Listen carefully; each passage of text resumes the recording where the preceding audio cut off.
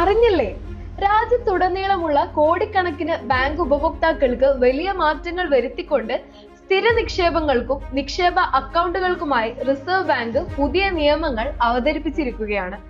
Savings അക്കൗണ്ടുകൾ, current അക്കൗണ്ടുകൾ, FDകൾ, കുടിശ്ശികയുള്ള നിക്ഷേപങ്ങൾ, NRI നിക്ഷേപങ്ങൾ എന്നിവയ്ക്കെല്ലാം ഇത് ബാധകമാണ്.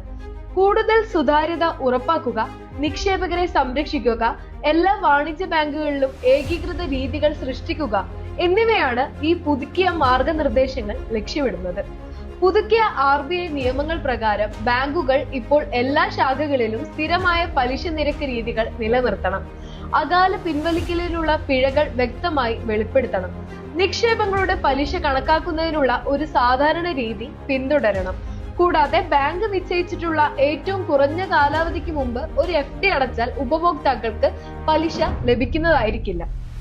RBIയുടെ ഈ പുതിയ ചട്ടങ്ങൾ പ്രകാരം റീറ്റെയിൽ ഉപഭോക്താക്കളുടെ FD നടത്തിപ്പിൽ വലിയ മാറ്റങ്ങളാണ് വന്നിരിക്കുന്നത്. ഏറ്റവും പ്രധാനപ്പെട്ട മാറ്റം അകാല ക്ലോഷറുമായി ബന്ധപ്പെട്ടതാണ്. മിനിമം കാലാവധി കുറഞ്ഞത് 7 ദിവസം പൂർത്തിയാകുന്നതിന് മുമ്പ് FD തകർത്താൽ ആ നിക്ഷേപത്തിന് പലിശ ലഭിക്കില്ല. കൂടാതെ ഓരോ ബാങ്കിനും അവരുടെ സ്വന്തം നയപ്രകാരം 7 ദിവസത്തിൽ കൂടുതൽ കുറഞ്ഞ കാലയളവ് നിശ്ചയിക്കാം. ഈ മാറ്റം നിക്ഷേപകരെ കൂടുതൽ ശ്രദ്ധാപൂർവം കാലാവധി തെരഞ്ഞെടുക്കാൻ പ്രോത്സാഹിപ്പിക്കുകയും ഇടയ്ക്കിടയ്ക്കുള്ള അകാല പിൻവലിക്കൽ കുറയ്ക്കുകയും ചെയ്യുന്നു.